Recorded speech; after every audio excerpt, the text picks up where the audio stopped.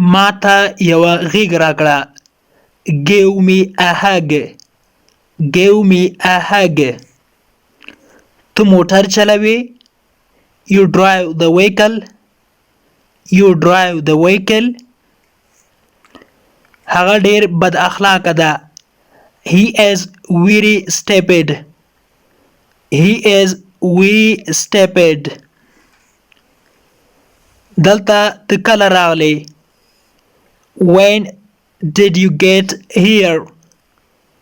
When did you get here?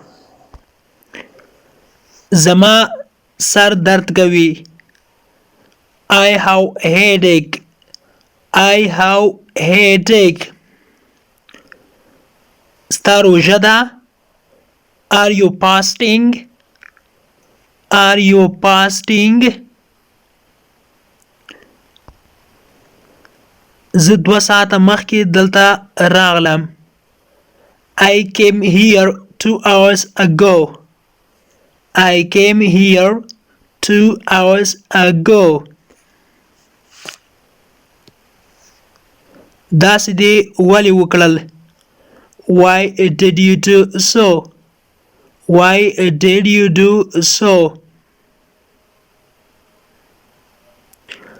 ته چېرته اوسېږې. Where do you live? Where do you live?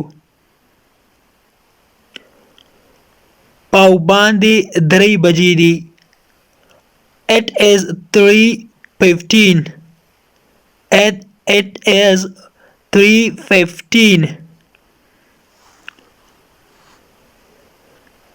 زما روژه ده. I am fasting. I am fasting. دغه سره مرسته وکړه ځکه چې هغه ړوند ده. Please help him because he is blind. Please help him because he is blind. څه غواړي دي. څه حال ده. How is it going? How is it going?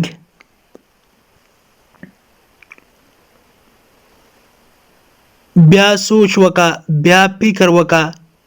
Think again. Think again.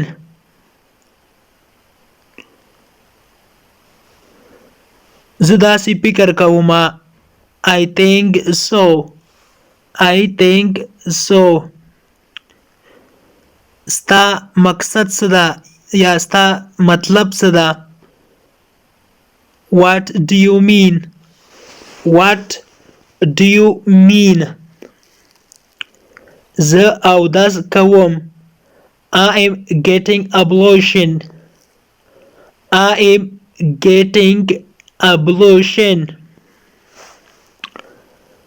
فقط 2 منټه یا 2 دقیقې دلته صبر وکړه یا دلته ودرېږه.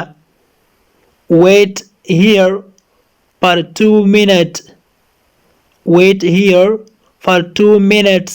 فقط 2 دقیقې دلته صبر وکړه یا ودرېږه. احمد چیرته ده. Where is Ahmad? Where is Ahmad? هغه هلته ده. He is over there. He is over there. دا یو ډېر لوی غم ده. It is a big grief. It is a big grief. سالم عقل په سالم وجود یا سالم بدن کې. A sound mind is in a sound health. A sound mind is in a sound health. خپل جامې دې واغونده.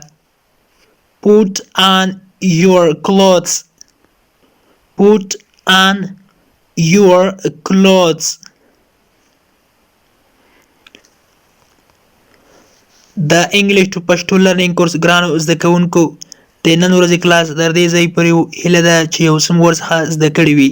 که غواړئ چې انګلیسي ژبه په ډېره کمه ایزي او په اسانه طریقه پښتو ژبه کې زده کړئ نو مهرباني وکړئ زموږ انګلیش ټو پښتو لرنینګ چینل سبسکرایب کړئ، ترڅنګ یې د بیل آیکن ووهئ او بیا په آل کلیک وکړئ. دې سره به زموږ هر نوی کلاس چې موږ روزانه اپلوډ کوو تاسو ته په خپل ټایم در ورسیږي. تر بیا چې زه حاضر کوم تر هغې مو پاک رب سپارم هر چیرې چې یاست الله مو مل شه. Thanks for watching.